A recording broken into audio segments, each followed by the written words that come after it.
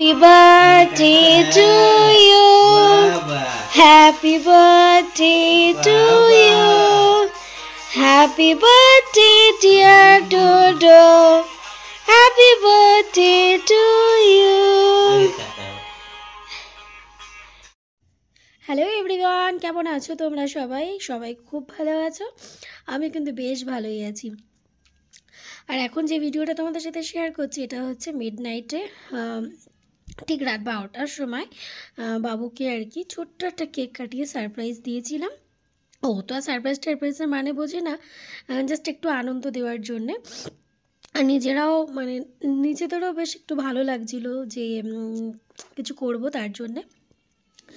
আর কেউ ঘুমিয়ে গেছিলো, তো মেয়েকে তুলে কেক কাটানো হলো।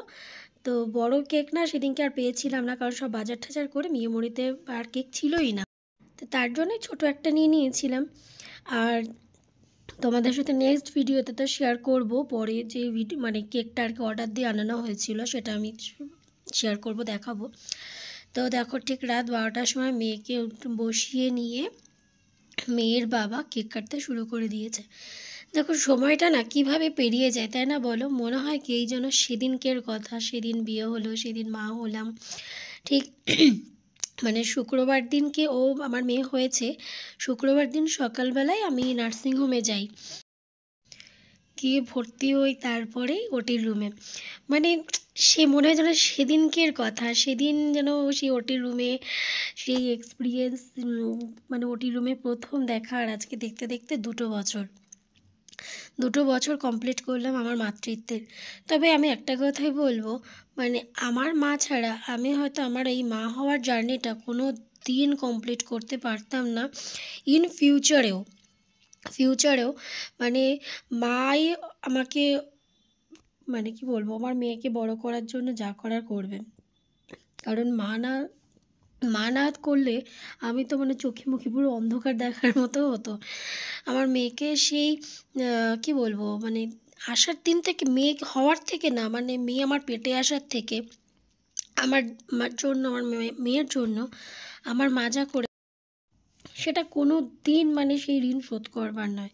তো যাই হোক, দেখো কেক ঠিক কাটিং করা হয়ে গেল। হয়ে যাওয়ার পরে আমরা বাজি নিয়ে এসেছিলাম, বাজি ফাটাবো বলে। আর এখানে দেখো লুঙ্গি ম্যান, আমার দাদা লুঙ্গি পরে বাজি ফাটাতে চলে এসছে। বেশ মজা হয়েছিল জানো তো, যাহাতে লাইট ছিল না, তো তার জন্য একটুখানি অন্ধকার ছিল। বাকিটা আমরা আর কি দেখতে পাচ্ছিলাম ভালো করে, কিন্তু ক্যামেরাতে ঠিক অতটা বোঝা যাচ্ছিল না, পুরোটাই অন্ধকার আসছিল। আর রাত 12টার সময় তখন কিন্তু অলরেডি হালকা হালকা ঠান্ডা আমাদের দিকে তো পড়েই গেছে, হাবড়ার সাইডে। কই বাবলুকে দেখা যাচ্ছে না।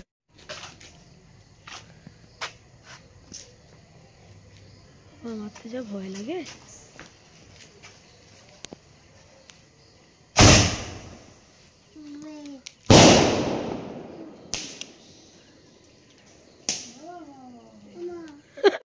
রাত্রেবেলায় তো কেক কাটিং করে বাজি টাজি ফাটিয়ে তারপরে আমরা শুয়ে পড়ি। আর এটা হচ্ছে সকালবেলা, 25শে নভেম্বর সকালবেলা থেকে ব্লগটা স্টার্ট করছি। তো দেখো সকালবেলায় কিন্তু সকালের খাবার দাবারের জন্য রেডি। সকালের খাবার দাবার বলতে লুচি আর ছোলার ডাল হয়েছিল। আর রান্নার জন্য একটা একজনকে রেখেছিলাম যে আর কি রান্না বান্না করে দেবে। শুরুর থেকে দেখাতে হবে না আমার ইউটিউবে আগে। তো এখানে দেখো লুচি ভাজা হয়ে গেছে, ফুলকো লুচি, ছোলার ডাল। আর এখানে মা আর কি চা করছিল বরের জন্যে। আর ওদিকে মাছ ঠাস সমস্ত কিছু বার করা হয়ে গেছে, এটা আগের দিনকে সব কিনে এনে রেখে দিয়েছিলাম। আর এখানে দেখো মেয়ে উঠে বসে ফোন দেখতে শুরু করে দিয়েছে। এখনকার বাচ্চাদের ফোন ছাড়া যেন কিছুই চেনে না। আর এখানে মেয়েকে জিজ্ঞাসা করছিলাম আজকে কার হ্যাপি বার্থডে, আমার মেয়ে বলছে ওর বাবার নাকি আজকে হ্যাপি বার্থডে। এখানে দেখো আমিও খাবার নিয়ে বসে গেছি। এখানে নিয়ে নিয়েছি লুচি আর ছোলার ডাল। আর ছোলার ডালটা বেশ ভালোই হয়েছিল খেতে। তবে লুচিটা না আমার এখন আর খুব একটা খেতে ভালো লাগে না, কারণ লুচি খেলে খুব গ্যাস অম্বল হয়। কিন্তু স্পেশাল দিনগুলোতে তো খাওয়াই যায়। দেখো কাতলা মাছ রান্না হবে। কাতলা মাছ এখানে নুন হলুদ মাখানো হয়ে গেছে। সব ভিডিও তো ওইভাবে করতে পারিনি, কিছুটা করে যতটুকু পেরেছি করেছি। আর অলরেডি এখানে মাছ ভাজা বসানো হয়ে গেছে। কাতলা মাছের কালিয়া, ইলিশ মাছের ভাপা, আর পার্শে মাছ, আর হচ্ছে চিংড়ি মাছ। এই যে দেখো এখানে ইলিশ মাছগুলোকেও ধুয়ে নিচ্ছে, ডিমওয়ালা ইলিশ। ইলিশ মাছ কিন্তু আমার কাছে স্পেশালি যদি বলো, মানে বর্ষার ইলিশ মাছটা আমার বেশি ভালো লাগে। বর্ষাকালের সময় ইলিশ মাছের স্বাদটা বেশি ভালো থাকে। তো দেখো মাছগুলো কিন্তু পুরো ডিম ভরা ছিল, একদম ভর্তি ছিল। তবে এই মাছটাও ভালোই ছিল, খারাপ হয়নি। আর এদিকে পার্শে মাছেরও ভাপা হয়েছিল, কিন্তু পার্শে মাছ ভাপা ভেজে করেছিল। দেখো সবার রান্নার প্রসেস তো সমান হয় না, একজন এক এক রকমভাবে রান্না করে। আর এখানে রয়েছে চিংড়ি মাছ। এখানে দেখো মাছটা কিন্তু রান্না হয়ে গেছিলো। আর আলাদা আলাদা করে সব ভিডিও করা হয়নি, তো একবারেই আর কি যতটুকু পড়েছি তাড়াহুড়োই করেছি। আর এখানে দেখো ইলিশ মাছটা জাস্ট দারুণ লাগছে না দেখতে। আর এখানে মুগ ডাল, আর হয়েছিল শো টপার যেটাকে বলে মাটন কষা না, মানে মাটনের ঝোল হয়েছিল। শো স্টপার একদম যে কোনো জায়গা অনুষ্ঠানের বলতে গেলে মাটন ছাড়া কিন্তু ইনকমপ্লিট। আর হয়েছিল মাছের মাথা দিয়ে মুগ ডাল, এটাও বেশ ভালো হয়েছিল। আর এখানে মাছ ভাজা রাখা হয়েছিল, দেয়া হবে। আর এখানে 5 রকমের ভাজা ছিল। আর এটা হচ্ছে চিংড়ি মাছের ভাপা, চিংড়ি মাছের মালাইকারি।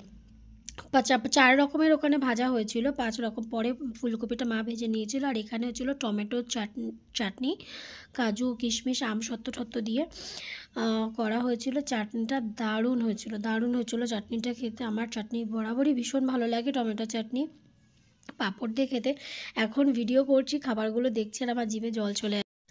আর দেখো এখানে মেয়ের জন্য একটা রুপোর বাটি নেওয়া হয়েছে, আর রুপোর চামচও নেওয়া হয়েছে, যেটা কিনা বাড়ির থেকে দিয়েছে। তো রুপোর চামচটা দেখানো হয়নি, ওটা পরে টেবিলে যখন খাওয়ানোর সময় তখন তোমাদেরকে দেখিয়ে দেবো। রান্নাবান্না তো সমস্ত কিছু কমপ্লিট। এবার হচ্ছে ঠাকুর পুজো দেওয়ার বেলা। দেখো বাড়িতে একটা শুভ কাজ, শুভ জিনিস, সেখানে ঠাকুরের তো পুজো দিতেই হবে, তাই না? তো ঠাকুরের জন্য সামান্য একটু মিষ্টি নিয়ে এসেছিলাম। আর এখন দেখো আমার মেয়ে ঠাকুরকে পুজো দেবে। আমার মেয়ে বলে বলছি না, আমার মানে ওইটুকু বাচ্চাও এখনই এত ঠাকুরকে মানে ভক্তি করে। দেখো কি সুন্দর, ঠাকুর দেখলে পরে 2 হাত জোর করে নম করবে। এই জিনিসটা ওর মধ্যে খুব ভালো। তো কেমন লাগলো অবশ্যই কিন্তু কমেন্ট করে জানিও।